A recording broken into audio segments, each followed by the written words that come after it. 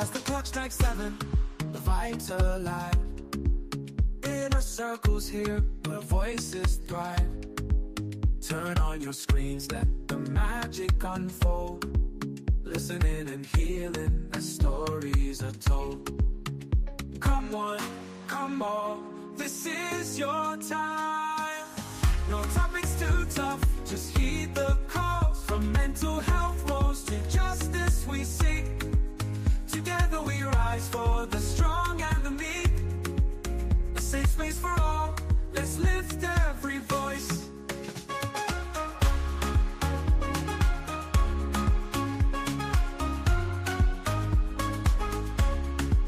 Inner Circle podcast where hearts unite. Sharing our truths, bringing hope to the light. Community strong, we're never alone. Together as one, we've created a home. With laughter and love, we break down the walls. No topics too tough, just heed the calls. From mental health woes to justice we seek. Together we rise for the strong and the meek. A safe space for all, let's lift every voice. So join the conversation, let's set the tone. Inner Circle podcast where love is well known.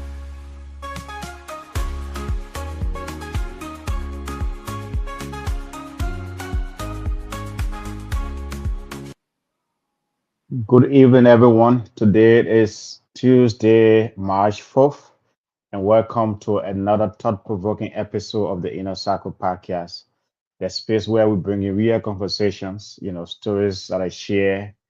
And tonight, we have a very, very important topic, African born versus African American. So there's a topic that I think it is very, very, as we don't have such a discussion, but tonight we here in a cycle podcast wanted to tackle this, right? Because if you are African or African American, there's a little bit of tension, in our various communities. So today we are in a cycle podcast, otherwise to discuss this topic. So our panelists are here to do a deep dive into this. So you can join us, follow us on Facebook, subscribe to our YouTube channel, follow us on LinkedIn, follow us on Twitter, wherever you get your podcasts, Apple Podcasts, Spotify, and so man, join the community show. Again, I'm your host, Abe Kamara. We'll go around the room and introduce the panelists. Peterson. Good evening. This is Peterson from the hot city of Chicago.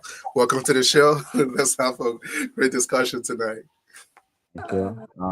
Wayne. Hi guys, Winnie is here back again. Good seeing y'all. Okay, Andrea.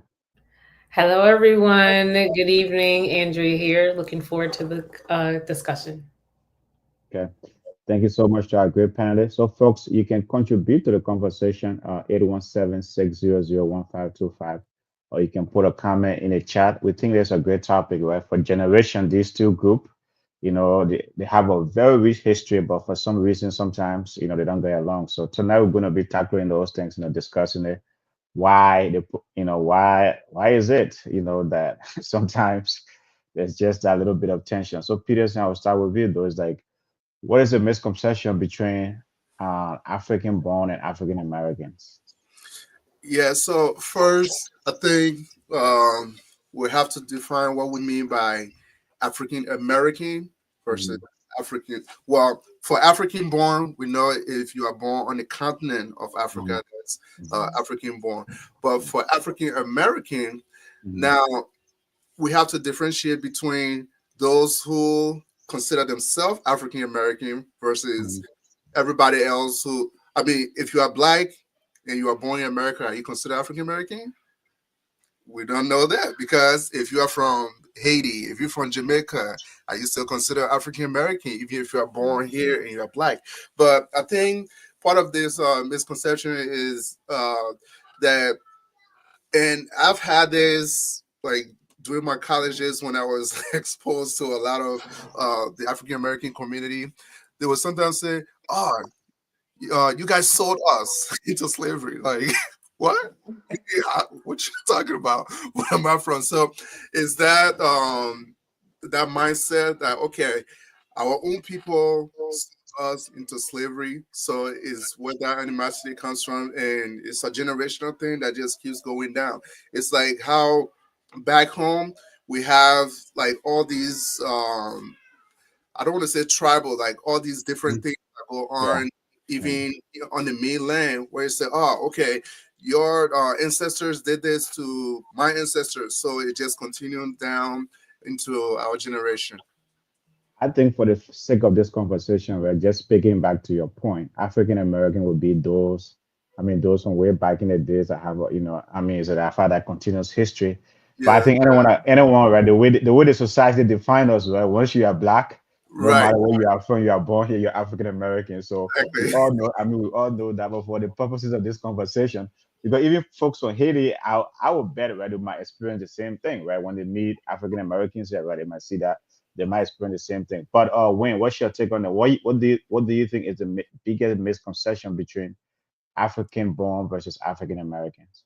I mean, your question said, "What's the beef?" I don't really think there is beef. I think sometimes there's a level of ignorance there because we both, Oh, each, okay. each Hmm. people, like each group or African, we can learn from one another. Like I think we can collectively learn from one another. We have something to teach each other. So I don't think there's a beef. I just think there's a level of ignorance there, if you ask me. Why, if let me push you a little bit, then why you think that ignorance is it because of media? I mean, what do I you mean, there's a give lot into of that contributing ignorance? factors. If you really think Hmm. about it, there is a lot of contributing factors. I mean, social media plays a big role. Like the people in our homes are like they're not teaching you about the culture. They're not educating you about like their kids about the culture. So there's a lot of factors that contribute to that level of ignorance. I mean, I grew up here since I was 8, and there was always that battle between African and American. It was always there, but I feel like there's a level of ignorance there a lot because there's a lack of knowledge that is being shared. The Bible says, "When the lack of knowledge, my people perish." So, Okay. Andrea, like, I mean, these two groups will have a long history, right? What do you think? I mean, what is ship both based on these two? I mean, based on the history, right? Is that what do you think is shaping like the perceived misconception or the ignorance that I mean that Winner is talking about? Yeah, so okay, so I can talk about this for days. I don't know if you guys can see my shirt. It says Africanish. That's kind of like this I my love it. story of my life, right? So I'm kind of like a true kind of microcosm of everything. So my family, my parents are from Ghana, came here in the 70s. I was born here. And it kind of depends on who I'm talking to, right? Mhm. Thinking about growing up in high school, right? So my African American friends, they always looked at me as, oh, that's the African girl, right? But then the African folks or students that I was in school with, they're like, well, you're not African enough. You were born here. You're not really African. So it was just always interesting because for me, although I was born here, I'm still rooted in my culture. Like I come from a family where our culture was it's almost like indoctrinated in like our everyday life, like speaking the language, eating the food, all of that. That was my life. And so for me, I identify as Ghanaian American, and people think that's crazy. People say I'm a kata. Y'all know what that means, but like I'm like both my parents are Ghanaian, but I don't have an accent. And so some people would say like you don't have an accent, so you're really not African. But then it's just interesting. But when I think about from a historical perspective, kind of going back to like what Wynn said too, there's a lot of ignorance for sure, but then also there Mhm. is some sort of a beef because I do like when I've talked to folks, some folks will say, Africans think they're better than, African Americans. And then at the same time, it's like, hold on, let's kind of peel back the layers. I think when I think about kind of like the both sides that I've been on, I think from a historical perspective, there's big differences, right? And we think Mhm. about the tensions, like back home, they see what's on TV on the, what's happening, from the West Side, so they can formulate their own, conceptions. But at the same time, I feel like it's also like a cultural misunderstanding. Um, and when it comes to like, for example, like systemic racism, not saying, Africans and Africa don't experience it. There's different ways, but at the same time, I think that African Americans sometimes feel that Africans don't understand like Sure. the centuries of oppression. They may read about it, they may Yeah. hear about it, be around it, but they don't really understand the magnitude. And I think sometimes that's kind of where the tensions can sometimes arise. But also when I think about Africans too, they come, from different experiences. They come here and, they come here for a purpose, right? They come here, go to school. And again, sometimes they've already formulated their thoughts based on, I would say propaganda or what's on the news. Okay. We all know what they see back home, right? And they see it differently, and they come here and they have to like assimilate in different ways. And sometimes it can be hard. So I feel like a mixture of ignorance, a mixture of misunderstanding both cultures is kind of the root cause of kind of what the tensions can be about, if that makes sense. Sorry. I'm glad you brought the issue. I'm glad you brought the issue of race up. No, I see the passion in your voice, right?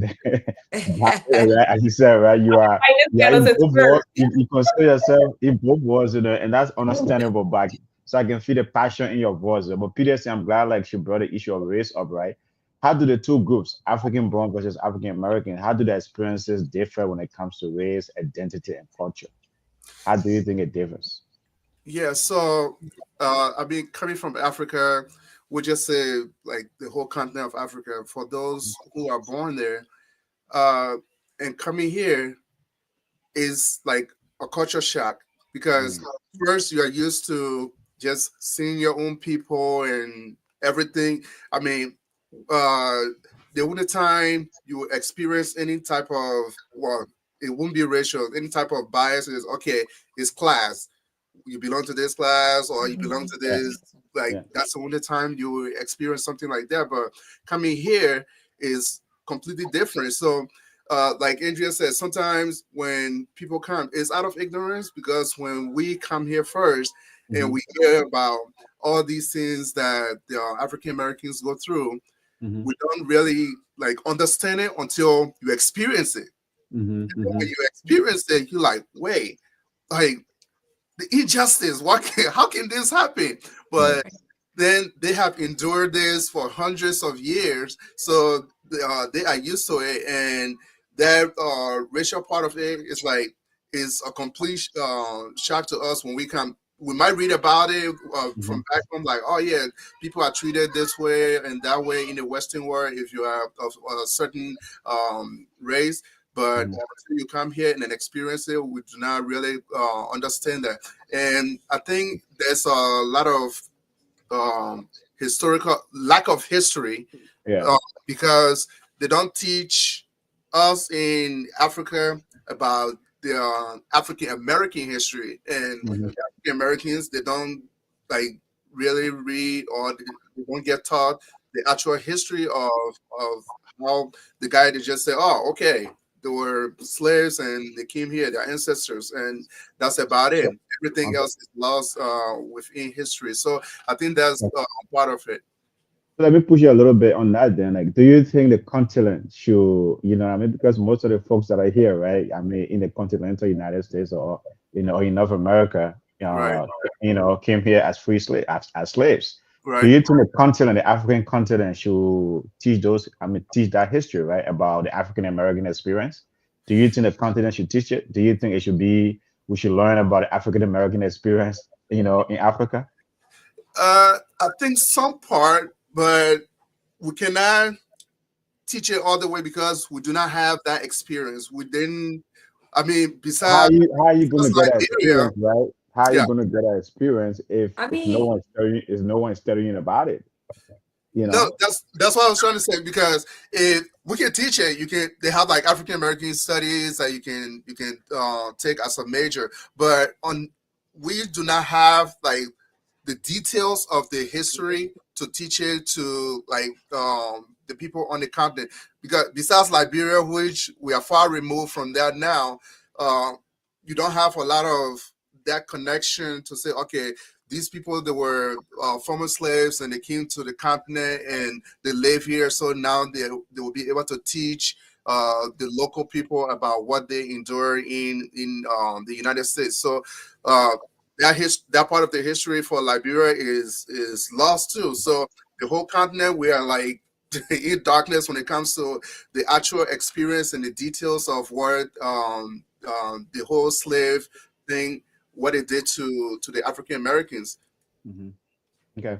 Wayne, though, the whole issue of race, right? As a black person coming from Africa, I mean, as an African born coming from Africa, when you get the whole issue of race, is that the first time you really like experience it? Our issue of it. I mean, Andrea, you were born here, but maybe your parents can relate. I mean, your parents, you can probably talk about your parents' experience, but racism and maybe the identity, right? This is where you come. You belong to this, you belong to this, you belong to this race, you belong here. The whole identity piece, is it America when it comes to North America? Is that when you experience it? When I will start with you. I'll have to say that even though I was little, but my first encounter that I experienced, black people can't really be racist. It's more of a prejudice thing. Hmm. But my first incident I had of somebody trying to bully me was a black person. It wasn't a white person.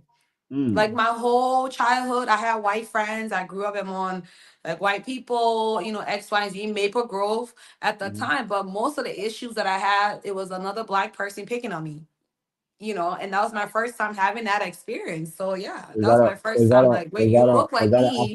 was Why that are an you African being mean to American? me? Was that an African American? Hmm.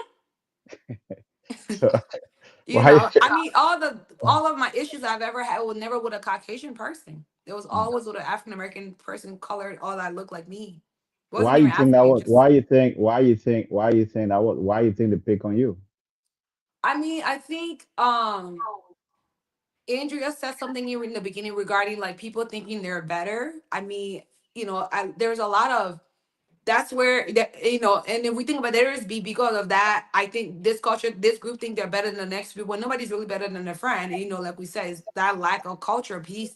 But I just think, I mean, I was 8 years old, so I don't really know, and I don't think I was better. I mean, maybe because I spoke fluent French, but I don't think I was better. But the girl just felt like I was an easy target to her, and maybe because I was skinny too. So I don't know.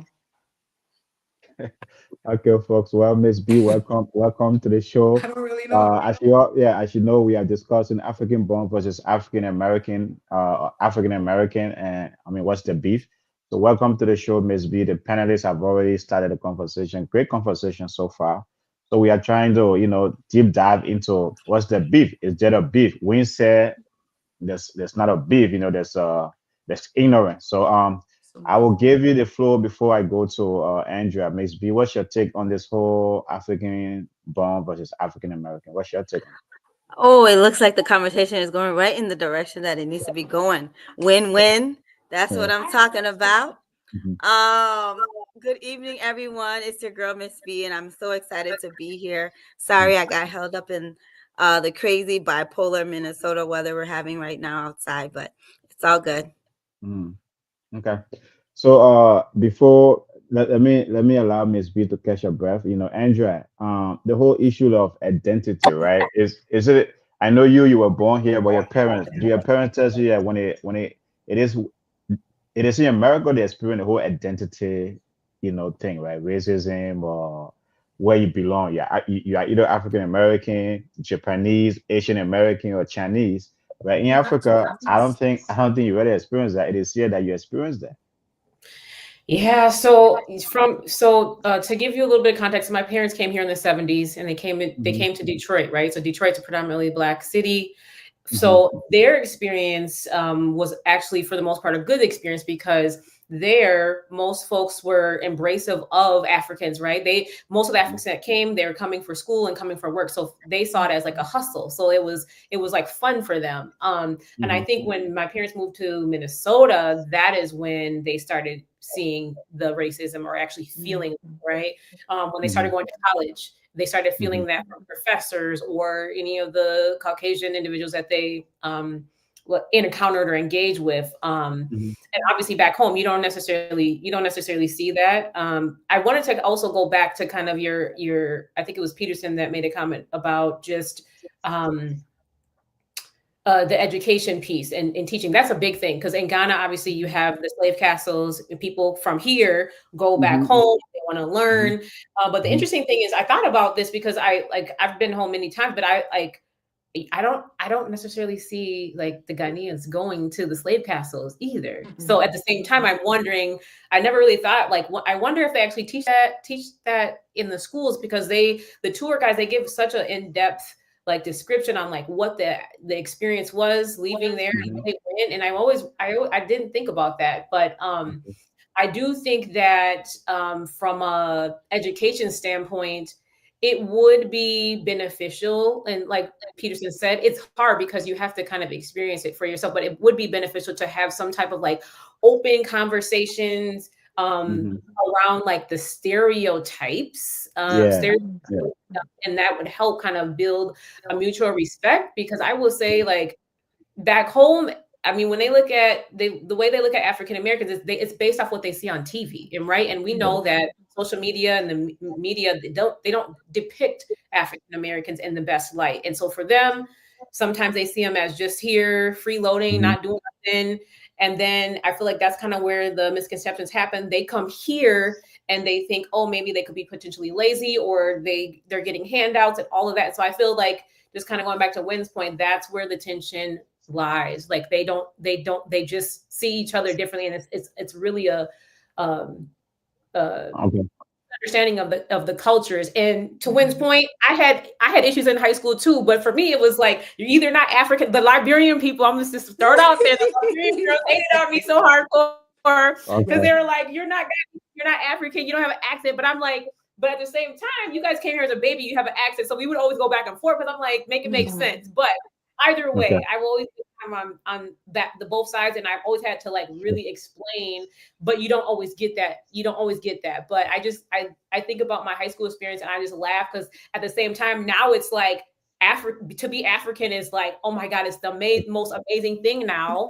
Right? Back in the day, So it was like cool. African booty scratcher, all type of stuff, but everybody Yeah. wants to embrace it now. Like now, Sure. all these things are happening. Everybody wants to do that. So I can go on for days, but I digress. So Can I just say something really quick, Abe? Okay. I Go think ahead. the concept of the stigma, that stigmatization that is put on both groups, is Mhm. literally a big factor to take into account.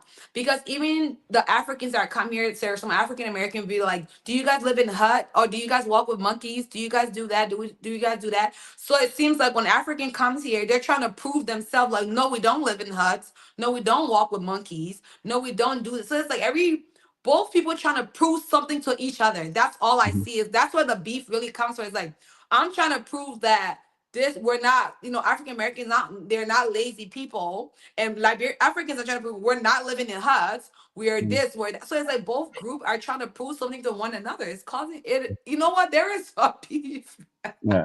So, Miss B, then, do you think the culture is the one contributing to that? Is the one pushing that narrative, right? Hey, number one, Africans maybe live in hard, or they don't live in cities, or they see lions all the time, or they are hunters, or they are poor.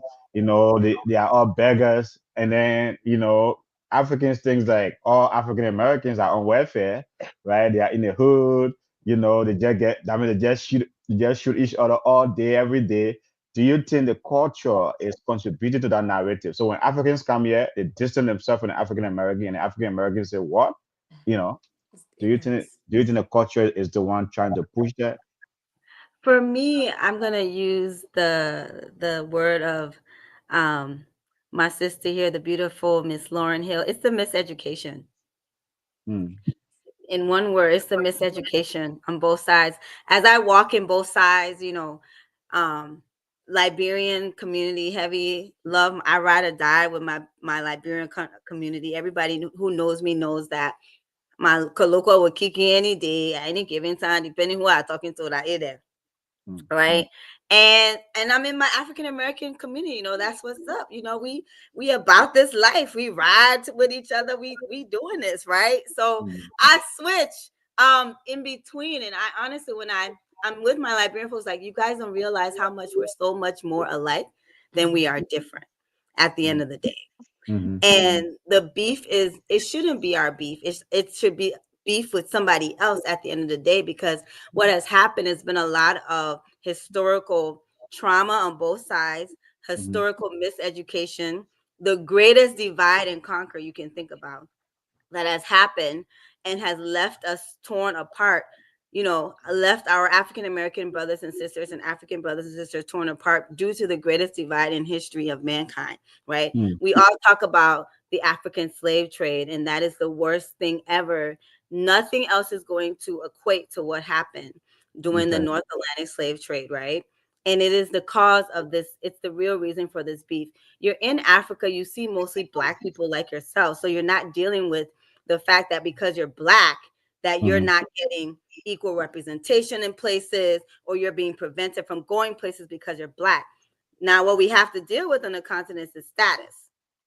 Status too is a cause of Yeah. colonialism too. But Mhm. that's an easier dynamic to handle than to deal with the fact that somebody just don't like you because of the thing you cannot control, and that's the color of your skin. And that's what we're dealing with every day as African Americans trying to get along with Africans here, is that you're dealing with the fact that somebody just don't like you because of the color of your skin, and for you to come here and not understand that and not resonate with that, of course, I'm Mhm. going to find a way to make you look bad about yourself as an African American. I'm like, you Okay. monkey. I may be in the ghetto, but you monkey, you coming from the jungle. Like, which one is better? Oh, Yeah. It's like, which Okay. one is better? Okay. Peterson, then do you think the continent though, right? I mean, if you look at the continent, right, there's wars, there's conflict, there's so much going on. Do you think even, I mean, this whole issue of even I mean, there's a beef, right, between African born versus African American. Don't you think it even starts on the continent? Because I mean, the continent it is mostly us, but we're fighting among ourselves. There's nothing is straight. Do you think it is even? I mean, you can trace the whole thing back to the continent. Of course. So it's like some of what we said earlier is ignorance, and then it's lack of knowledge, not being able to educate our people. So when you asked the question earlier about experiencing like racism or something when you first come here, if this is where you first experienced it, and I think most of that is like when you come from Africa, if especially if you're born there and you come here, the African Americans, they take that as an opportunity to say, "Oh, okay, somebody that is less than me, Mhm. now I can do to them what's been done to me." So this is the same thing that happened with the free slaves that went back to Liberia. When they got there, they uh, instead of coming in and blending with the people, they're like, "Hey, we've been ruled with our iron face. Now we're going to do the same thing to you people because Became uh, the oppressors. yeah, we feel like you are less than us." So is that lack of education and just not being able to show our people on the whole continent like the right way, because we are stuck in, I don't know, sometimes one of my sisters like to say if the land is cursed or something, because it's like things that is right, we Yeah. don't want to do it. The wrong one is what we just tend to do, and with the greed and corruption and all of these things. But most times it's just because of lack of knowledge and miseducation, like Miss B just said. Okay. I'll come back to Stefan Poniera. I used to have a boss, who, when you call him African American, he used to be pissed. He said, "I'm not African American. I have never been to Africa." He's black, right? He said, "Okay, if you call me African American, does that mean, to Stefan Poniera? I mean, I'm serious. If he will tell you, because in South Africa, right, in Zimbabwe, in Southern Africa, you got whites. So he said, okay, for example, like Elon Musk was born in South Africa, and he will tell you, is that person African American? Why are you calling me African American? He said, I have never been to Africa. Why are you referring to me as African American? He never took that lightly and things like that. But just a fun point, should it be African American or Black American? I will start with you, Wayne. Well, ask Should the it way be? people that came with the definition. No, no, but but which one will you prefer? Well, Which one if will you I was prefer? doing it, Mhm. I agree with his point. Black American, especially if you have not, been to Africa or X, Y, and Z. I mean, it's your heritage. It traces you back. That's that. But I would say Black American makes more sense. But the way So, people have made a so, so, definition, we can so change. every black person traces their heritage to Africa. every black person on this planet? Yes, yes. Don't let him trick you into that question. When yes, Not only black, Yeah, for every yes. person. Anthropology. Every person. Every human being can be How you know? How traced you know that was a Grandpa's trick? How you content. gonna say that was a trick? How Because you know that everyone was Yes, a comes trick? from Africa. yes. Like, Every human being can be traced back to the continent. no, I'm saying every black person. If I say every human Yeah, being, I if mean Okay, every black person is not a human being. Okay, divide us even more, Abraham. okay, We know your administration okay. in power, A- but you Andrea, want to divide us more now. Andrea. I Do you would- prefer I want to African? answer. I want to Do you answer prefer that because I was African going to say, American don't versus Black American? African American or Black American? please don't let where the boat landed fool you. Okay, like I'm sorry, I argue this. Okay, like even with my Latino folks too, there's always a little bit of something. The boat came from same places, and so I know people have a hard time. Um, I like I said before, I identify as Ghanaian America. I'm the one that does. I start the drama. I'll check the other box and put Ghanaian American. The interesting thing is, I have family in London, right? And so I had this conversation with my cousin this summer. I said, well, what do you guys do in England? Like, because most people are like immigrants, right? And so she said out there, it's like broken out. So you're either Caribbean or you're from wherever you're from. And then they have Black British. And I'm like, that's interesting. But most people don't like to identify as Black British. They literally say they're from Jamaica or wherever, you know. But it's interesting a contrast because I do have family or I have friends that say, well, I mean, you know, my family's from Mississippi and whatnot. I don't know my full, you know, thing, but I'm like, you came from Africa, like you did, like somewhere down the line. I'm sorry, you don't understand, you don't know your full story, but you came from Africa. So it's a hard one. Like obviously for me, like I identify as Ghanaian American. I'm sorry, like Ghanaian first, and then I'm here. I could have arguments all day with folks, but it's a hard one. It's a hard one for me. Black American, So I can get. I come in? First of Yeah. all, Yeah. the whole idea that when it comes to Black people, we have race before our nationality. Exactly. Everybody else just gets to do their nationality. And then if you notice, anywhere we go in the world, you're going to put our race before our nationality. And race is a social construct. And we as Black people need to realize, we'll use it today for the context of the conversation, but we as Black people need to realize that we did not create race. We had no doings whatsoever in creating race, but we allow a whole nother group of folks to keep on perpetuating that narrative. That narrative is globally. Nowhere you will go and you won't find how our race becomes before our nationality. I'm fine with people having different nationalities. Yes, I'm fine with that. You don't want to be African, that's fine. Then just be American. You shouldn't even have to be Black American. It's very suddenly you will hear white American, white American. You don't even get to hear that. Caucasian. Right? So which one do you prefer? Do you prefer African American? No, I just say they should be American. If they want to be American, let them be American. If you want to be African, be African. I know for me, because I want to continue to have that connection to my ancestry and the continent, I'm fine being called African American. Don't call me Black American, to be honest. Why does my race have to come before my nationality? My nationality is who I am, is where I originates from, right? But you're still making my color of my skin the top priority to identify me. And that's the problem we should have with it. So where do you think that construct came from, where your race came before?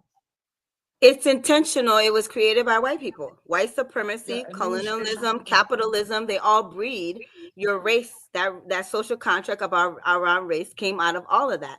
And it's intentional to keep our race at the forefront to divide us. There's unity in numbers. In America, white people are all white. We don't say Italians. We don't say Irish. We don't say Russian. We don't say any of those things. We just say either they're white or they are American. Why is that? They do, You know, though. They they're do say Russian American. You do have Russian American. You do have Russian American. You do have Irish Americans. You do have them. Only given if it's like a certain place where demographic information is being asked. Abraham, you will know that. You do not look at a white person and just tell they're Russian. You do Okay. not look at, and you don't look at a black person and just tell what country they're from, what nationality they are, right? So we should all be able to consider one people, regardless, right? It So should not have. do you think the whole issue of African American, XYZ, Black American, it should just be the American if you're born here, you should just be referred to as American, whether you are white, black, orange, blue, green? Yes, your nation. We're having two different conversations. Mm, Nationality. There's a question. If you realize they always ask you your race or ethnicity, then they ask you nationality. It's all intentional because all those things should not be one and the same. okay. Okay. Peterson, right? How does the issue of, the concept of blackness differ in the US versus, versus Africa? The whole concept of blackness, right? Because I mean, to be honest with you, right? I came at the age of 15. I know, okay, it's like being black. I didn't know it's like that was something you have to, right? It was a special thing, right? But so how does it differ when you come in the US, right? The whole issue of blackness, even between the two communities, African born versus African American. How does that? How does it differ? Yeah, so I think Miss B was alluding to that. They try to make you to feel out of place, like you don't belong. So that's why when you came here, because coming from Africa and moving here, all you were used to was seeing your people. It didn't matter. You would sometimes see a albino person, but it would be like, oh, okay, that's the person is just pale. That's all. Mhm. But when you get here, they make you feel like, okay, you don't belong here. This is like you are a stranger here. You are an alien. You just coming to a place that you don't belong. So that's what they just put that in front, like Miss B was saying.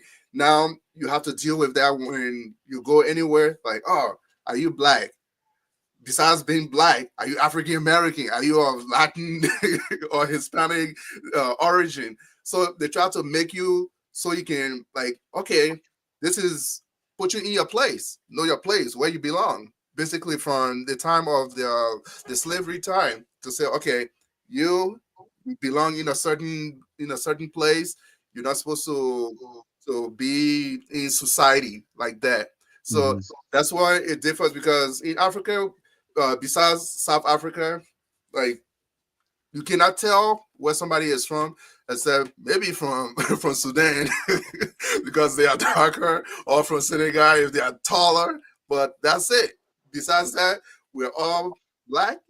But Yep. when you come here, they make it's a point, like Ms. B said, they make it intentional so that you can know, like, okay, this is your place in society. You don't really belong. Don't get too comfortable. So that's why it's like Do that. not don't get too comfortable. Well, folks, tonight we are discussing African born versus African American. What's the beef? Is there a beef? Is there even a beef, or it's just as Wayne said, it's just ignorance, Miss B said, lack of education and things like that. So you can join the conversation by calling our number 817-600-1525, or you can put a comment in the chat. So that's just it's not everyone, right? It's not every black person. I know I said earlier, some black folks are from Africa, right? That come from the continent, but as I think it was Andrea or Peterson said it, you got folks from Haiti, you got folks from South America, Brazil, Mexico. If someone come from there, how should they refer to them? How will you call someone who's black from, from Latin America, you know, or maybe Asia or Europe, you know? Miss B, I'll let you take this one first. And the thing about it, with now what we're learning is you have Afro Latinos, right? Mhm. And so it's like it's just such a mix. We're such a mix of people, period, right? And so that's why we have to kind of remove away from this whole idea of me versus them, because you're right. Once a Mexican citizen becomes American citizen, they're now considered American. There's no Mexican American that traditionally will be following them. And they're oftentimes right now being counted into the white race to keep that number as the majority race. This stuff is all intentional, right? Um, We want to keep Hispanic, this out of, they'll we say, want to keep I this think out the of question now racism is tonight, and Hispanic you or keep. white. I think it's you see Hispanic and white in the same category Mm, to check as a box to check. And then you go and do the data, you'll see 76%. They'll say 76% of the American population is white Hispanic. is that a thing? It is a thing. It's a real thing now because Okay. you know white Americans are struggling with the idea of becoming the minority and no longer being the majority, right? And so Okay. you'll see there's a lot of things that are playing. But what is also brewing, and it's unfortunate, Southern blacks and Northern blacks, it's like two different types of blacks, unfortunately. So Southern blacks are blacks, like, Northern blacks, I'm sorry, y'all be trying to assimilate and meet the status quo. Because I say that because I'm hearing this thing called ADOS, African descendants of slaves. And ADOS is a thing because we're coming down to reparations. Now is this fear is like, oh, how do we decide who should get access to reparations, right? And you have Black people who want to say, I'm either indigenous to the continent, or the fact that we've been here since slavery days, so therefore we should be prioritized as the Blacks who Okay. have access to reparations. Okay. So those are some of the underlining or new age, whatever way you want to talk about, look at it, that is brewing. So when you talk about this whole, am I Black American or am I African American? You're dealing with the fact that certain people want to be considered Black American to show they're more indigenous to the continent, perhaps, or even Okay. taking it a step further and saying, we've been here since the slavery days. We didn't go back. We endured everything, and so therefore we're ADOS, we're African descendants of slaves. So we should have more rights to reparations. And Andrea, how do you think black folks in America, whether you're born here, you're from Mexico, you're from Africa, wherever you're from, how do you think blacks in America can come together, right? Because there's a division among blacks here, right? It's like I know it's like I don't think we'll get along. How can we come together and and show our strength in numbers? Yeah.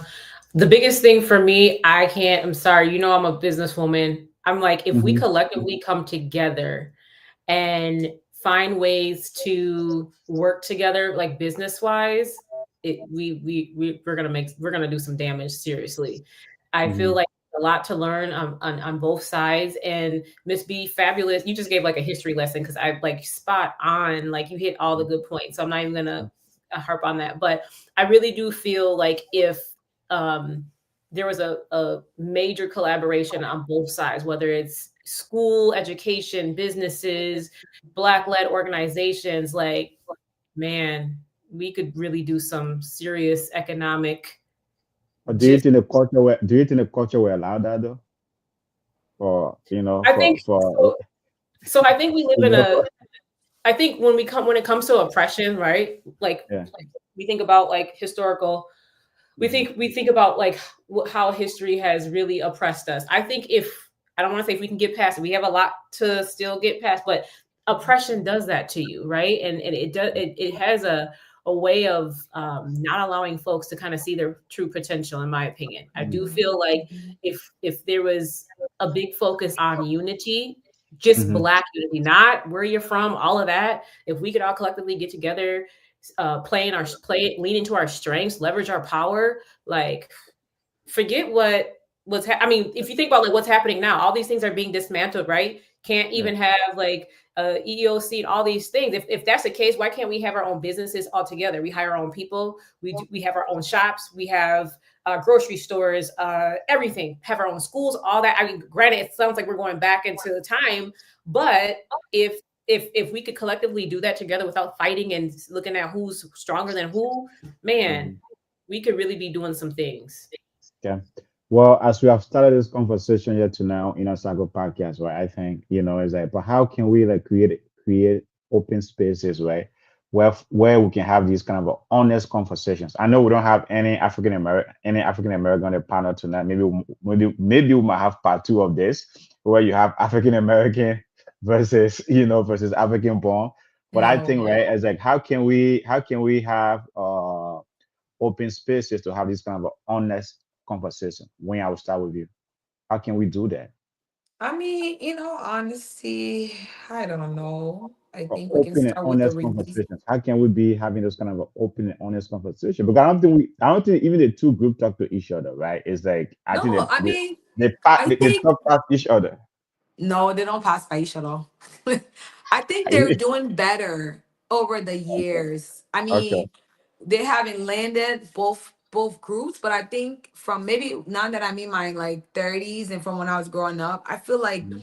somewhat they have evolved. I think there's more little by little we're starting to learn about the culture of, you know, the Africans, and then trying to also learn about the lens of the slavery and everything that transpired before we got here. And and for me now, I know for me, I'm listening more. Right. Before we didn't even understood what they were talking about. Now I'm listening, trying to go beyond what the book told me and went, deeper in depth and stuff like that. But I think they're doing better.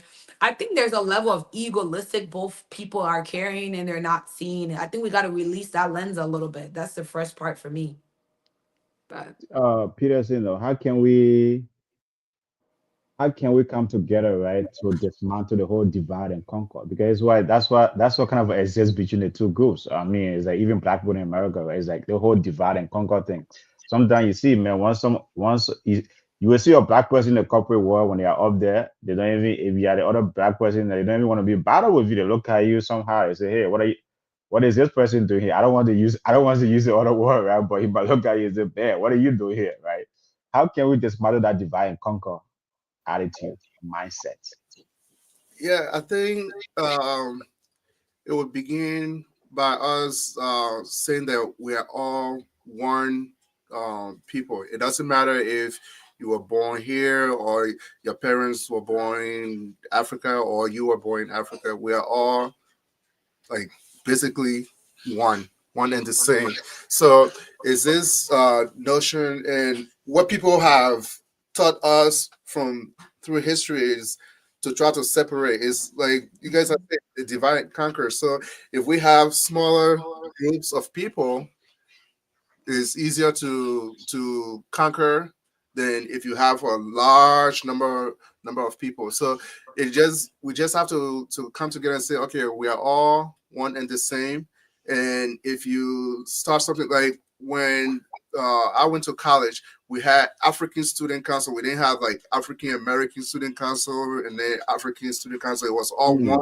And mm, the African Americans, we all get together with the Africans and we're playing events and everything together. So we don't like try to separate each other to say, okay, well, you are African American, so you belong in this group, and you are African, you belong in this group. So we just have to, I mean, is something that's taking generations to get to this point. So it's not something we can just do overnight to say, oh, okay, starting tomorrow, everybody come together.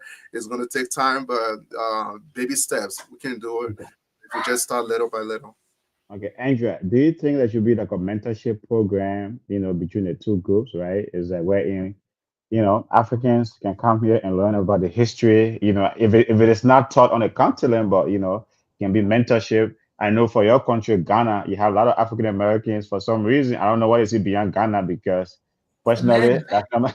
that's not my favorite place, but I don't know what African Americans, what's the deal with Ghana? A lot of African Americans seems to be going there, right? But don't you think if you have a mentorship, program in place between the two groups, that would really help to maybe to again back to Wayne's point, right? The whole ignorance thing, right? To go away. Yes.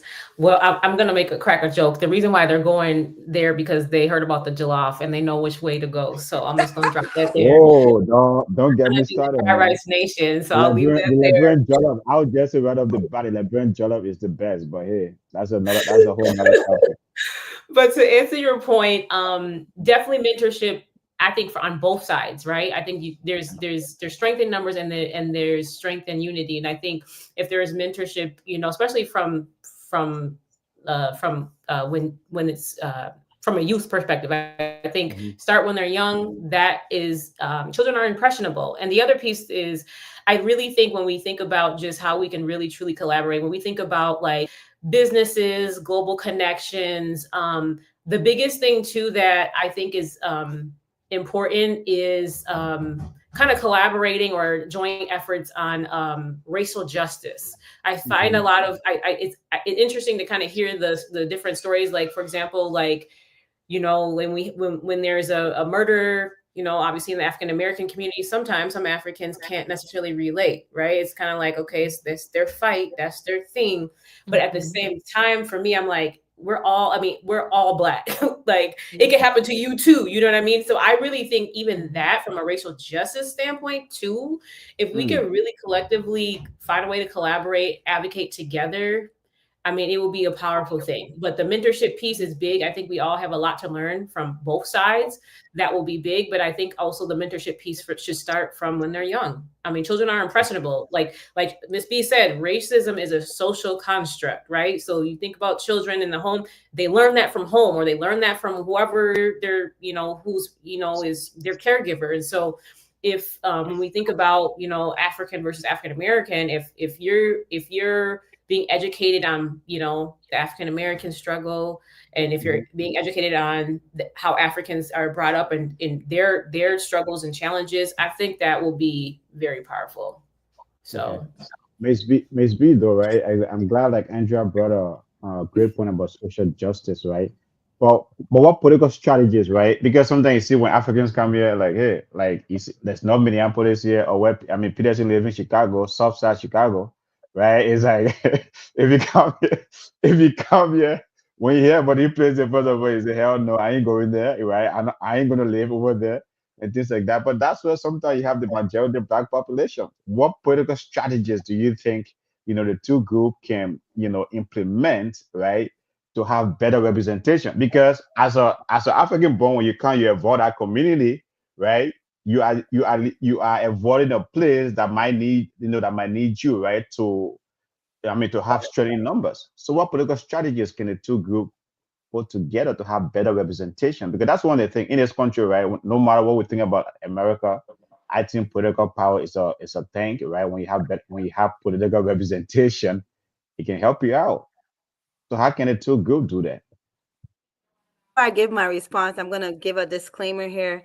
I'm about to be on my soapbox right now to champion Black women in honor of Women History Month. So my disclaimer is that I don't discredit, or this is not to downplay any other race or any other gender, but just to take this moment to uplift the Black women. And it starts with us in general, right? Eve, the mother of all human beings, coming from the continent.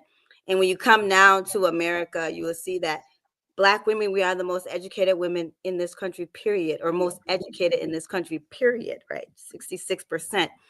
And then it comes down to businesses. You know, I'll tap into what my sister Andrea was talking about here. When I'm all about the economics, Black women businesses, our number one new businesses are being started every year. We make up 52.1% of all Black businesses in this country, period. We're talking 2 million plus firms. We're talking employing over 528,000 plus people, right? And this data is important. It has to be a part of the strategy. I think when we educate ourselves on who is in leadership potential, it will bring us the best strategy around coming together and having that opportunity, having that representation, right? Because what ultimately needs to happen is we need leadership. And we need to understand who is capable of leading us. This does not discredit our men at all, right? Because in order for Adam to be successful, God said he needed a partner, which is Eve. Now you're bringing DEI into the conversation Exactly. here. You're bringing DEI into the conversation here, right? It's God like, said he needed a partner, Eve, why are we leaving? Why are we drifting to DEI? to be considerate of all genders. You will see the most wealthiest of people are the most successful when they have a partner.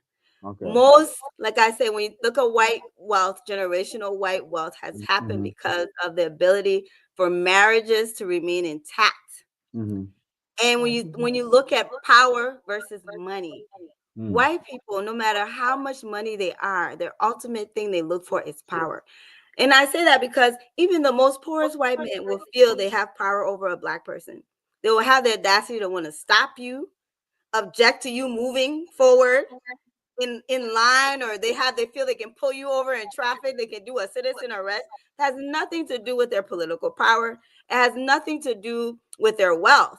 They just feel, as a white person, they feel more powerful. So, and we as Black people are always looking at money. Let's forget about this capitalist society that we had no parts in creating, and go back to what is the root of our power, and that's us as a collective. That's when we talk about social justice, racial justice, environmental justice. It's about the root of our collective, our ability to organize. We are great organizers, and that's what is going to bring us together. Okay. Well, folks, tonight we are discussing African born versus African American. What's the beef?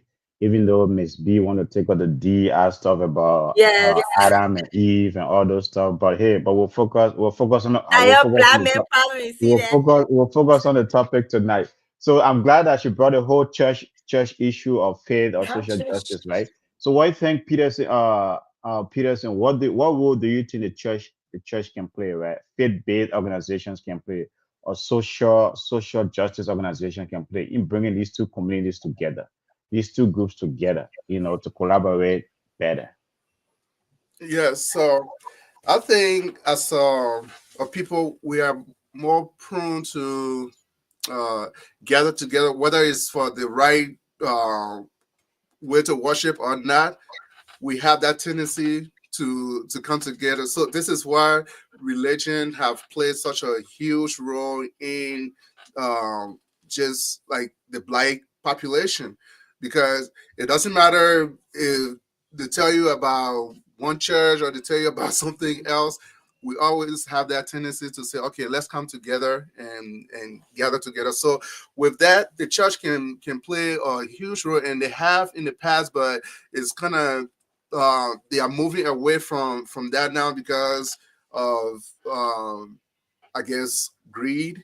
So everybody, they just want money now. So instead of coming into the community, like where the grassroots of all of this started, to say, okay, let's go into the communities and have these local churches and bring people together. Now everybody want to be on TV for the wrong reasons, but the church can still play a pivotal role in getting the divide between Africans versus African Americans.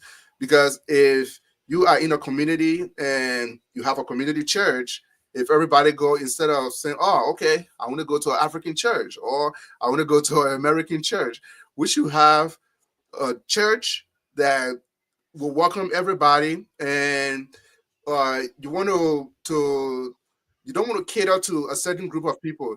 Do things the right way and say, okay, this is the right way we're going to worship. It doesn't matter who comes here, and if you're African or African American, get used to it. This is how we do things. But we have that tendency to say, okay, I'm going to just go with my people or go with the other side, which we are all the same. Well, folks, tonight we can, there's a 1 hour show and we're already at the top of the hour, so we'll drag it for a few more minutes and then we'll try to wrap it up here, right? But so you can call our number 817-600-1525 if you want to contribute, or you can put a comment in the chat or question for any of our panelists. But let me just go back to that whole thing, right? To the whole church thing. You have so many churches, especially in the Black community, man. What are African-born communities or even African American? You have so many churches, right? As I said, it's like we are not even coming together. I mean, like in the white community, right, or the Caucasian, you have these mega churches. Why can't we do it in our communities? Why? Andrea, I'll let you take that one. That's a hard one. That's a hard one. I'm a Christian. I was raised in a Presbyterian home, or church rather. My mother is Episcopalian, so in our culture it's a little bit different. And I feel like it's not even, I don't even want to say about the culture, but I just feel like people are naturally inclined to go where they feel celebrated or where they feel seen, right? And sometimes that could be, when it comes to churches, it's a hard one for me. It's a hard one because I've been to an African church before, and I've been to, a Baptist church, completely different.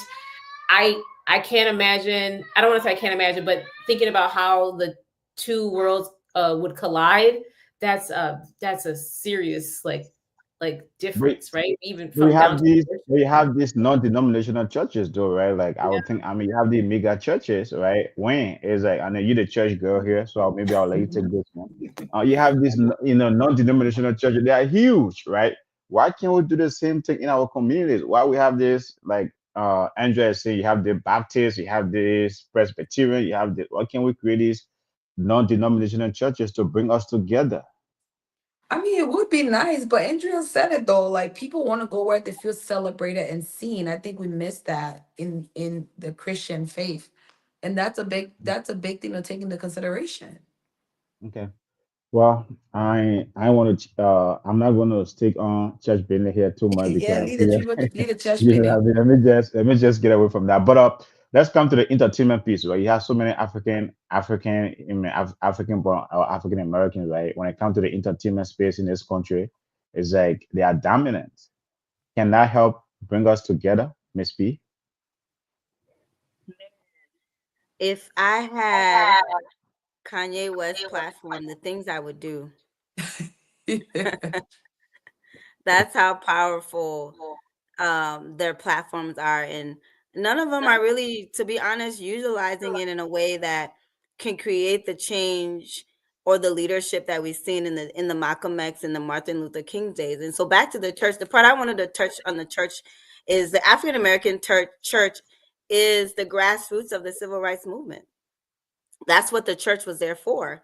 Hmm. They were there to organize and congregate, and all the strategies you think about that happened in the civil rights movement were predominantly led by churches, and people who were leaders in the churches, right? Martin Luther King, one of the great historians was Reverend Martin Luther King, enough said. Hmm. Malcolm X, a huge man of faith of the Islamic faith, right? Hmm. Again, his leadership began in the church, whatever, be it a mosque or Hmm. or what have you. And Hmm. so I look forward to, and Southern churches till this day, they're still leading the civil rights movement. It just comes back to that divide and conquer, right? And now church, like Peterson say, they look at their fact that, oh, I'm a nonprofit. I want to be able to get funding. So I want to be nonpartisan. I don't want to have any political, this separation of church and state. On the paper, the American government operates this church, a separation of church and state. But if you see even your national anthem and I pledge allegiance, the money, the church is still very involved in the leadership and the ruling of this country. Very, very much involved, right? As we think about Donald Trump and how many people voted for him was Mm, because of his so-called faith and conservative and religious and biblical mm. values or whatever that he has, Social right? So, lives. and that's why a lot of our African immigrants kind of may have supported him because on their faith. So church is very much a part of leadership in this country, in our laws and everything, right? That so people shouldn't sleep on that, and underestimate how powerful the churches still are. Everybody knows about the Pope for a reason. We know the politics behind the Vatican, and Okay. all of that is still very much involved in how we operate as a society, period. Okay. Anyway, you want to make this platform a liberal platform, but I will sometime I'll let you flow, you know what I mean, things like that. But we gotta this is not a liberal platform, right? You be name checking here and stuff. We are not name checking any of you, but you be name checking, the man is giving a big speech tonight. Let him flow, right? Stop name checking him. And But the hey, idea about but that, where is he but giving his? Where is he okay, the giving this? man is giving a big speech tonight, to Congress, to the nation. So stop name checking him. But anyways, At the as we end of wrap the this. day, so let me say my disclaimer real quick. At the end of the day, I love Mm, people. I love the mm, beauty of mm, people in general. mm, Anybody who knows me. okay. And I'm a utopian person. I like the idea of this great utopia that one day the Mm, color of our skin really won't matter. We'll all be, we'll be one people, okay. hopefully. So as we wrap this up, right? How can cross-cultural marriages, right? Two questions at each of you, right? And is it how can cross-cultural marriages, right, help bring the two communities together, help strengthen the relationships between the two groups? how can cross-cultural marriages? Miss B, I'll start with you because you already live in there. How can I help? I know they said when your husband went Africa, man, like he had a blast. It's like the man first of all wants is like he didn't even want to come out of America. But anyway, I'll let you take that one Oh, first. So, my Liberians, don't try to lose who you are. Stay connected to your country. Be in love with your country. You be amazed what other people will find joy in the things that you may be ashamed of or want to try and remove yourself from. In 2018, I took my now husband to Liberia for us to get married. And it was the most beautiful thing ever. I took my 8-year-old daughter to Liberia for her to witness this and meet her grandmother and the two of them till this day, they cannot stop talking. He got oh, there and he literally had his phone up and goes back to the whole monkey thing and where they get it from when is he had his phone up and he said they lied to us.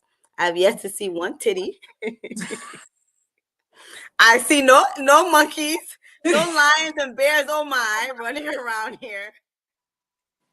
oh And they Okay. man. had Yeah. the National Geographic is all they had to kind of Mhm. Mhm. educate them on Africa. And so he denounced all of that. He put his phone up, he put his social media live, and he said they lied to us. My brothers and sisters, y'all need to come visit Africa. And he just loved it. So I found it to be a blessing in disguise, right? And been able to navigate it just fine. Cultural differences, being, Liberian, African, having an African American husband. It's been great. Okay. Andrea, right? You in both worlds, right? And you said earlier that you normally travel to Ghana. How do you Mhm. think those cross-cultural Take relationship me. marriages, is going to make this relationship between these two groups stronger? How can it bring it together?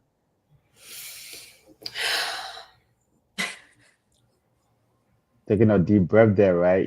Are you thinking about a Ghana jollof or something? Yes, I am. Okay. Okay. Yes, I am. Don't start Um, a jollof warrior tonight, Abraham. Please, I beg I you. even have a shirt. Don't let me get my other shirt.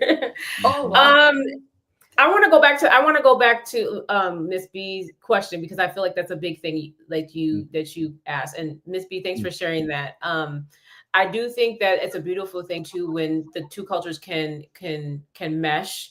I Mm-hmm. think that there's power in like learning from both sides, right? And like you said, your husband went and he's like, okay, this is not what they show us, because truly, like, I grew up off National Geographic and you'll see somebody walking in naked, like, what? I'm like, what? And I'm like, whoa, this is sad. But I think there's beauty in that. Even some of the intercultural relationships that I see like in the Twin Cities, there's a lot of like Black women that have married Africans or African and vice versa. And I think that I'm starting to see a shift, of curiosity. And I think the curiosity is the good piece, because when you're curious, it's like Yep. it's a positive thing, right? Versus just Mhm. shunning away from that. And it shows that the mindset has changed, I feel like, over time, Mhm. right? And I think going back to like what Wynn said, like as we're getting older, we're starting to see a mindset. I have a one of my small businesses. I sell some things. I sell things from Ghana, right? And my market is typically the older, like I'm gonna say like 50 plus woke Black African Americans. They've either gone to Ghana, Liberia, Nigeria, somewhere. They've had that aha moment, went back, and was like, oh my God, like this is it. They're the ones that want to truly like learn more and educate more. So I think over time, Okay. unfortunately, it's taken time for them to actually learn. But there's beauty in meshing cultures. There's beauty in learning from each other, and I think that's gonna have to be that's a starting point, right? I Mhm. would say it's a starting point, but it's a hard one for me. This is like a hard topic because I have experiences on both sides, both negative and positive, but I feel like economic collaboration is our biggest strength, but I don't think people are ready to have that conversation right now. I just don't. When, That's our when, biggest strength. when, when African born or African American? I'm a Liberian. I mean, I grew up in Ivory Coast, but Okay. So if you had a choice between an African American versus an African, which one would you go for? like, what do you mean in dating? Yeah. I mean, at one point, I only dated African American man, and Liberian men got on my nerves. They Okay. really did. And then but it's beautiful for the two different culture to come together. Like when I Okay. dated African American men, I learned about their history. They learned about Liberians and stuff like that, you know. I remember just a quick story, nothing major, but my sister, I used to date a guy from St. Louis, Missouri. I mean, he was really from the trenches and whatever, but my sisters always had the narrative that African American people are very disrespectful. But when they met this gentleman, he was just the sweetest person. And to this day, because of that encounter of experience with that man, they don't see that narrative with African Americans no more. So it's beautiful to see. But yeah, I never really dated Liberian men. I thought they were just terrible and cheap. Oh, anyway, that's a whole nother topic. You know what I mean? That It's was like, my reasons you know, why. Peterson, Peterson and right? It's Abraham like has redeemed these them. Peterson, these ladies, Abraham, Mel be putting some have bounds redeemed there, them. right? It's like, but we're No, gonna I they've mean, been putting some some of the bounds. ones I dated were okay, but the two that I dated are Liberian men. I'm like this, but I always dated African Americans. I found them attractive, You know, and we worked Peterson, well right? together. Peterson, I'll let you react to that. What is like she coming here trying to trying to put all the brother in a box. No, and Peterson, that's man, not all. you Most of gotta them very you sweet. gotta you gotta respond to that, Peterson. You gotta respond to that. No, of course, is the idea of one bad apple spoils a whole bunch. So Most of them cheap. it's Treat them they're cheap. it's based on her experience, Mm. which No, is I valid. mean they're cheap. They're cheap. Not all of them. Not That's all. Okay, true. That's true. okay, but you know what, guys? As we wrap this up tonight, right? There's two more questions I'm gonna ask each of you. Andrea, I will start with you, right? The whole issue of tourism. Do you think, the continent has there's so much on the continent to see? I mean, even I can go back to Liberia, and like you talk about Ghana, Ella, Sierra Leone, Nigeria. There's so much on the continent to see. Do you think, whether you are African born, you are here now, or whether African American, do you think we should encourage, even among us, encourage tourism back on the continent? Maybe that would help. Absolutely. Okay. Okay. Absolutely. I think Say more to that. What can we do? How can we do that? the biggest thing is, I think when we think about, like, I know people that have never even traveled out of their city before, right? And I think the narrative needs to change. And a lot of people are so quick to like want to go to like Mexico or like what they see on TV. And it's like, go back home. And sometimes some people say like, I don't even know where home is. Just go to the continent. You still will learn something. And I feel like there's, when I go back to Ghana, there's something about just being on the continent, like where your troubles, whatever you had here, just goes away. Like, and I just wish that people could experience that. And, when I think about like, there could be maybe like the poorest person, they find joy and happiness in their day. It's like a different vibe. I can't explain it. But I really do think that everyone should have a chance to go to the continent. I don't care where you go, just whatever country you decide. I just think there's power in doing that. One thing I will say is I lived in Ecuador for a point in time. I studied abroad when I was in college. That was like a mind shift for me. Granted, I've been to London, I've been all over, traveled and stuff like that, but going to another country where I speak Spanish too, so that was like a leverage for me. But going to a country where you're not necessarily the majority. They do have black Afro-Ecuadorians, but they're in their own part. They're segregated in their own way. They live in community, away from the indigenous, away from their main folks. But it was just an eye-opening experience. But the one thing that stuck out for me is people would ask me where I'm from. And they didn't want to hear that I'm from the United States. They're like, no. Where are you from? Like, where are you from? And thank God I know like where I'm from, but they were interested in learning more about where I'm from in Ghana and like my people. And I was like, dang, like, you don't get that. You don't get that in the United States. I mean, they might be like, like maybe what block you're from or, what city, but like, that was like really powerful for me. And I know like in Ghana, people they'll ask questions, right? They want to learn more about what your background is, the history, but I just think everybody should go back. It's a transformative experience, especially going to the slave castles and doing that whole process. It hits different, when I hear when I know people that have gone back multiple times, it's a different experience each time. You learn something different each time. You have a different experience each time. So I'm just going to push it. Go. I don't care where you go. Just get back home, put some stamps in your passport, leave past Yeah. the highways. It's okay to travel and just learn more. Just get on a plane and go. Yeah. Just Or go. Joe. Peterson, Peterson, how can the African diaspora, the Black diaspora, right, encourage tourism back to the continent? And do you think, though, sometimes, when you watch TV, right, poor infrastructure, but I mean, to Andrea's point, when you go back there, sometimes that experience is so different. But how can you think the Black diaspora, the African diaspora here, can encourage tourism back to the continent? Yeah, so those of us who came here or any part of the world and left the continent, we need to first lead by example, not just tell somebody like, yeah, you need to go to Kenya, go to like the safaris, but we need to take that initiative and say, okay, um, uh, I'm planning a vacation.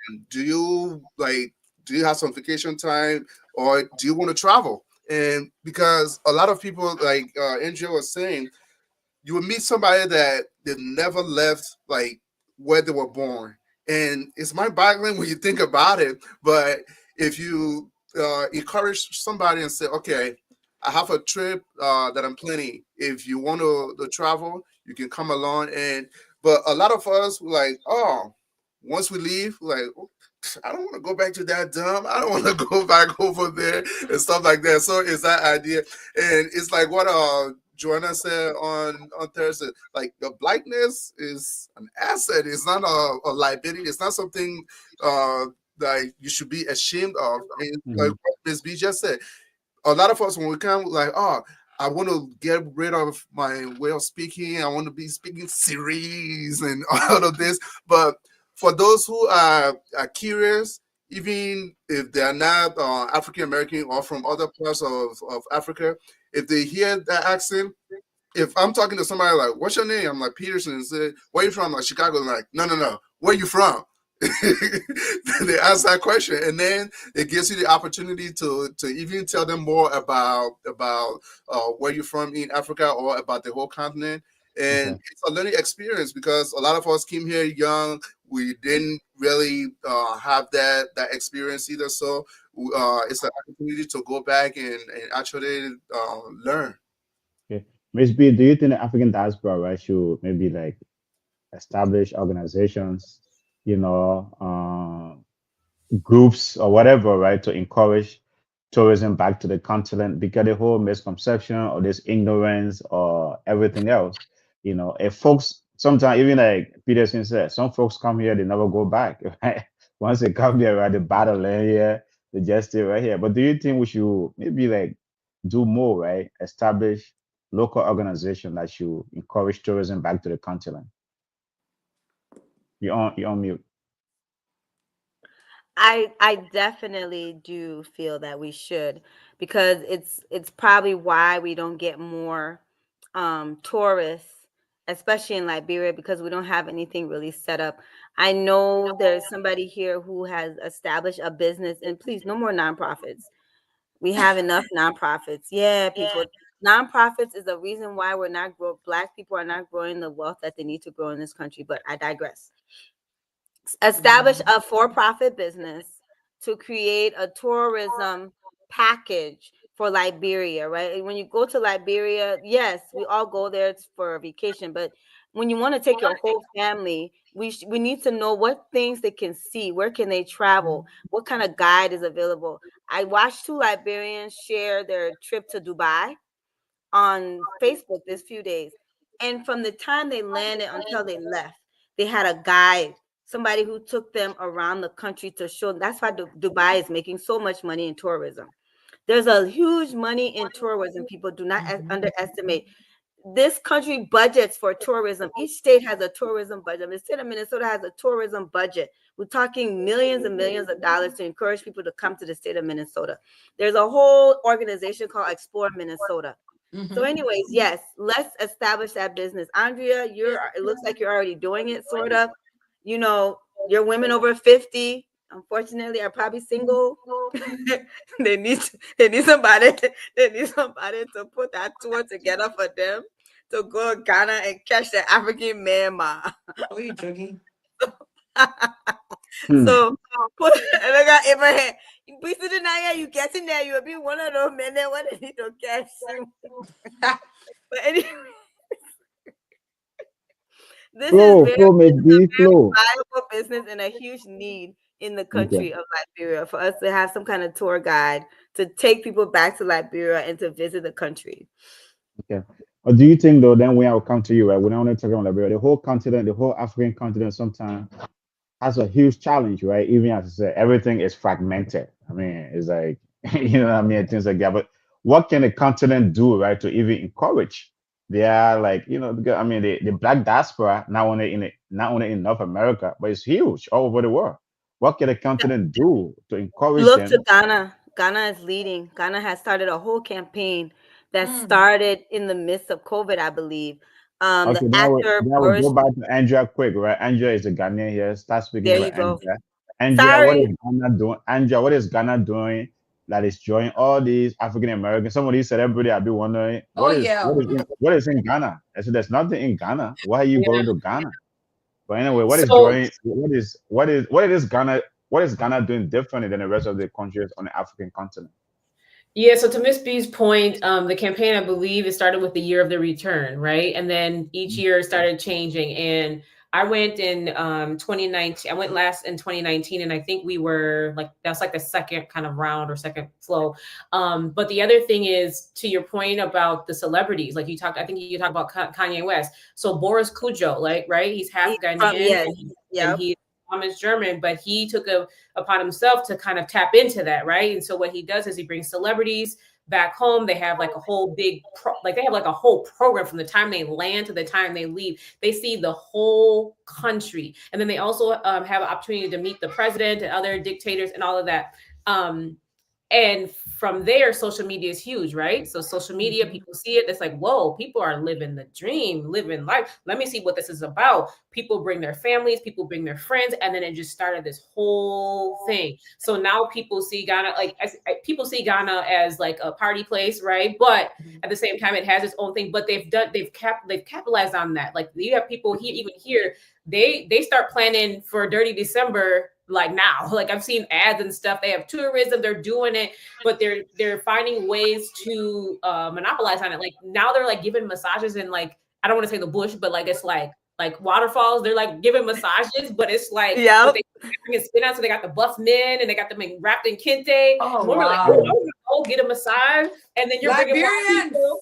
So it's Okay. like Jamaica is not only doing that, now Ghana's doing that. So they're finding ways to like monopolize on the business. I know, like I sat next to a woman on the plane from someone from the Bronx, a young woman, and she goes back to Ghana all the time. She said she went back just to learn how to sew. She went back to learn how to sew, and then she was like, "Oh, I could bring people." So now she does workshops like twice a year. She'll bring people from around the United States. They meet her in Ghana. She put together a whole plan. She met with some folks.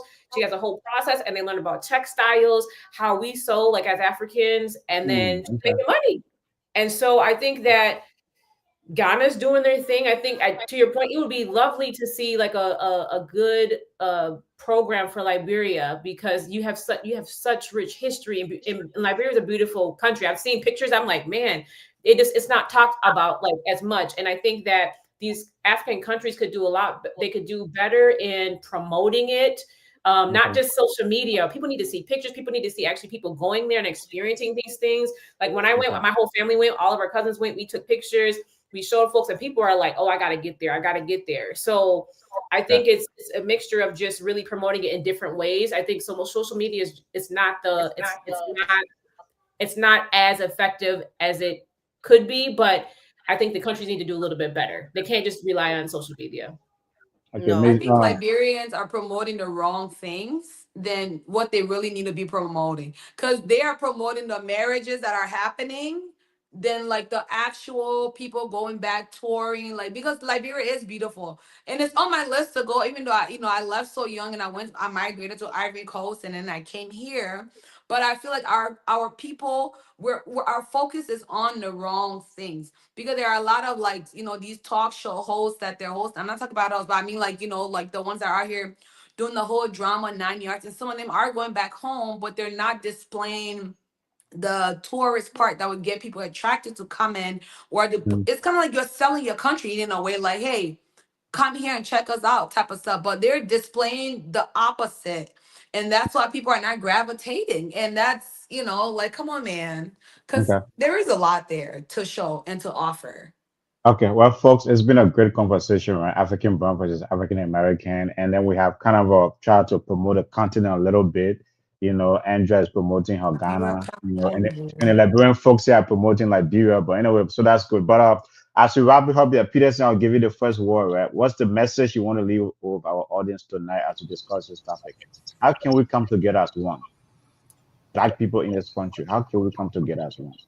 Yeah, thank you, and thank you, ladies, for a very engaging discussion tonight, and everybody that tuned in.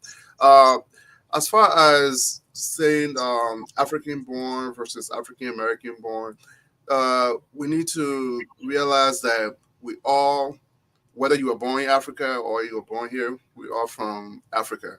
One way or the other, you can trace your ancestry to that continent. So with that, we are all one and the same, but there's this generational thing that's been going on for as long as we've known each other, the African American community versus the African community, wherein they feel like, oh, okay, maybe since we are coming from the motherland, that our ancestors were responsible for like engaging in the slave trade. So like selling our own people.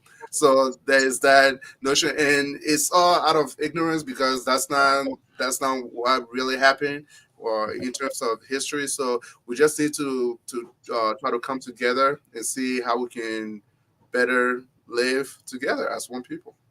Yeah, Wayne, what's the message you want to leave with our audience tonight as we I um mean, oh, Peterson said it all, but I think, and I mean, I'm just gonna piggyback. We are one. Like, I know we want to say, hey, my color is this, I'm light skinned, I'm fair tone, I'm caramel, but I believe we're all one.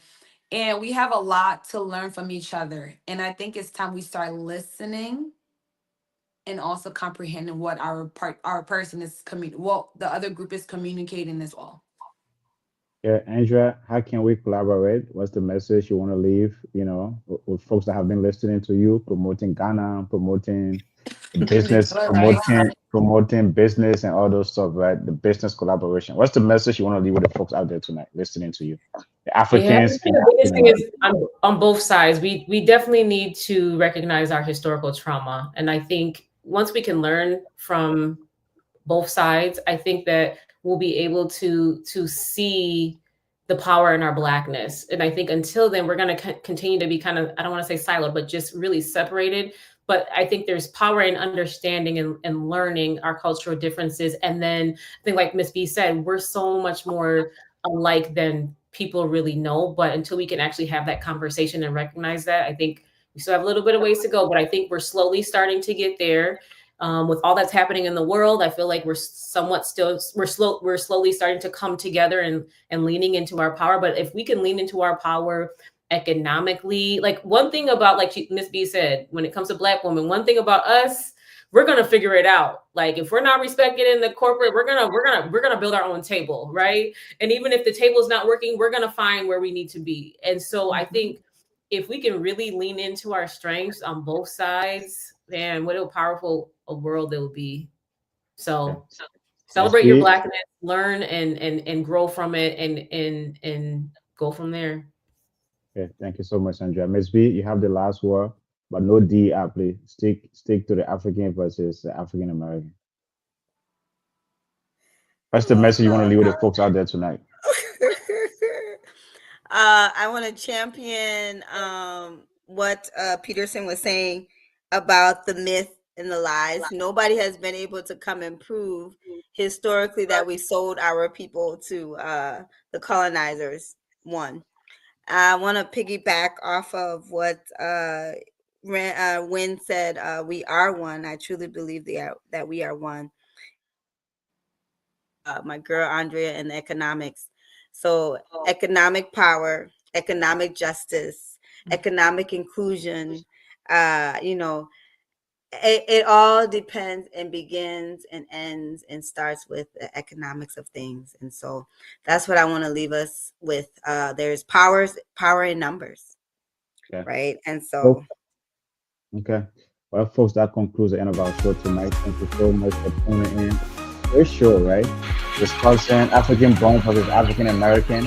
And we're going to be back here tomorrow discussing inflation. I mean, have you checked your grocery bill lately? I mean, prices are so high, man. So tomorrow we're going to be discussing inflation, right? Everything seems to be so high. So we're going to see like how are we coping with inflation? It's like how are you managing? How are you paying those bills? How are you paying those mortgages, right? Mortgage rates are around like 6 or 7%. So if you're trying to buy a house, good luck. So tomorrow we're going to be back here discussing inflation and the impact on our community. So thank you so much for tuning in tonight. It's been a great conversation.